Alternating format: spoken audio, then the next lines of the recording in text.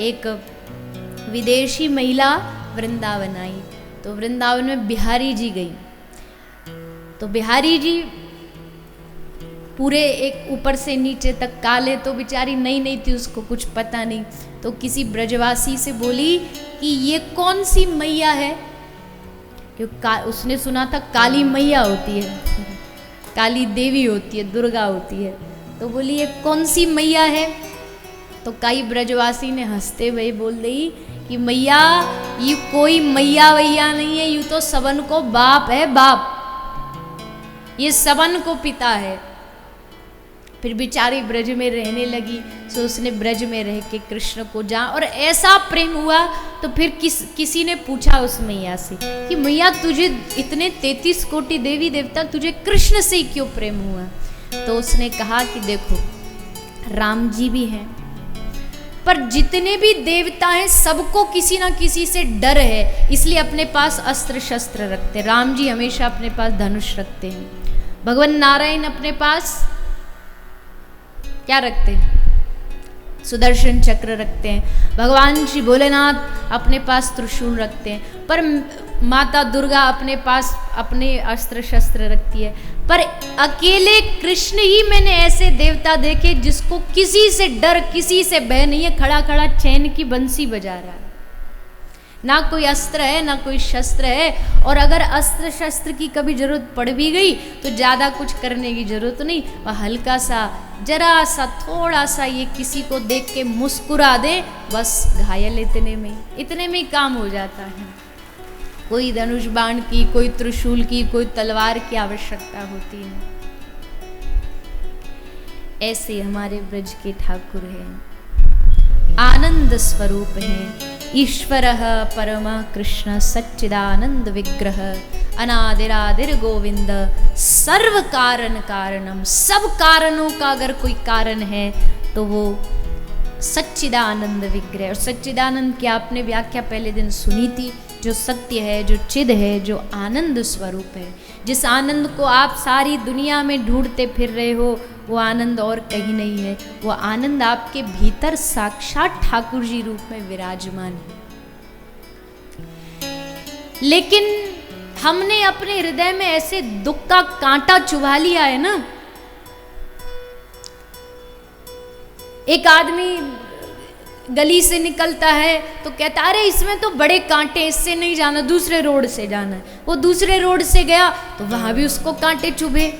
वो हाईवे पर चढ़ा, वहां भी उसको कांटे चुभे। सबसे कहता जा रहा है भैया क्या हो गया, शहर में तो कांटे ही कांटे बिछे। किसी ने कहा अच्छा इधर आ, जूता दिखा अपना। उसने जूता दिखाया तो देखा कि कहीं शहर में कांटे वाटे नहीं थे, बल्कि उसी के जूते में कांटा घुसा हुआ था। अब जहां जाए दुनिया में हर जगह उसको कांटे ही कांटे चुभे। वैसे जिसने अपने हृदय में दुखों के कांटे चुभा लिए, वो दुनिया में कहीं भी जाएंगे उनको वहां दुख ही दुख दिखेगा।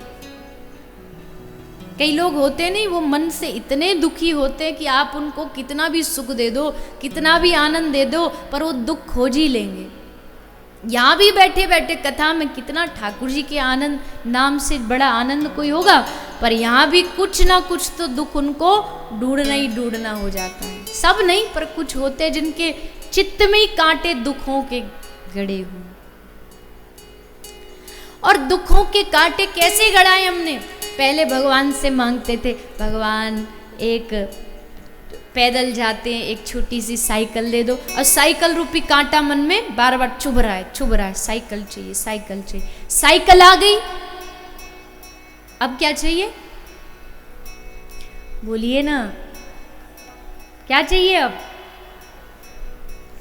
अरे साइकिल पे तो इतना पसीना पसीना हो जाते हैं, पेडल मारो, ये मारो, वो मारो, एक बढ़िया सी एक फुर फुर मिल जाए एकदम। सो बैठे पूरा शहर हमको देखे कि हाँ देखो जा रहा है, तो अब उसका कांटा चुभ गया। भगवान ने वो भी दे दी, अब किसका कांटा चुभा? अरे मनुष्य है, सब एक ही है, सबकी सोच एक ही है, कोई अलग नहीं है, सब एक ही है। अरे बारिश आंधी तूफान में कहाँ चला नहीं जाता, बारिश आ जाती है रुकना पड़ता। भाई भगवान 4 पहिए वाली दे दे, टाटा मारुति दे दे, बस। भगवान ने वो दे दी। अब एक नया कांटा चुभा, अजी हमारे पास तो ये पड़ोसी तो देखो बढ़िया एकदम लग्जरी कार रखता है, वो मिल जाए। वो मिल गई, उसका कांटा चुभ निकला तो दूसरा कांटा चुभ गया। अब गाड़ी से भी काम नहीं चलता। अब गाड़ी के बाद ठाकुर जी हमको एक अपना प्राइवेट चार्टर दे दे, उसमें बढ़िया हम कहीं ट्रैफिक नहीं, कुछ नहीं, ऊपर से ही ऊपर सबके खोपड़ी से ही होकर निकल जाए, पूरे शहर को पार कर जाए। लेकिन वहां जाके कौन सी शांति है, वहां जाके कौन सी शांति है।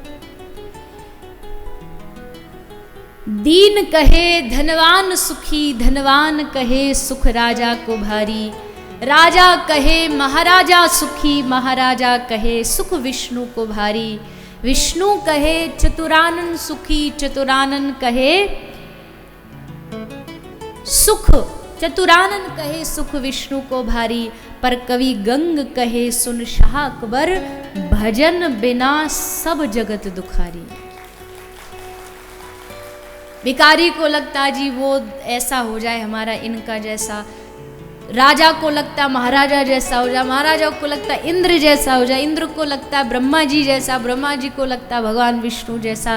लेकिन कवि गंग कहते हैं, हे बादशाह भजन बिना सब जगत दुखारी। बिन भजन के तुम कितने भी बड़े बन जाओ, लेकिन जब तक तुम्हारे भीतर संतोष रूपी धन नहीं आएगा, और जब तक तुम्हारे भीतर भक्ति रूपी धन नहीं आएगा, तब तक सब धन धूरी समान। पूछ लो आप जितने जितने बड़े बड़े लोगों को आप जानते हो, पूछ लो उनसे, और ये पूछो भैया आप सुखी हो।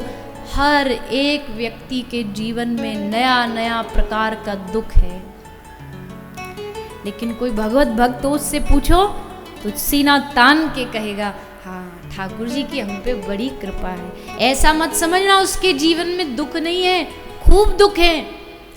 भगवान संसारियों को इतने नहीं देते जितने भक्तों को देते। ठोक ठोक के देखते हैं कि पक्का है कि कच्चा है। इतना कष्ट देंगे, इतना कष्ट देंगे कि आधे लोग तो बीच रास्ता में हाथ खड़े करके चले जाते। अब हमारे बस की बात नहीं, इतना भजन किया इसका क्या ये फल मिला, छोड़ो इसे, बहाओ गंगा जी में यमुना जी में बहाओ, दूसरा कोई भगवान ट्राई करो।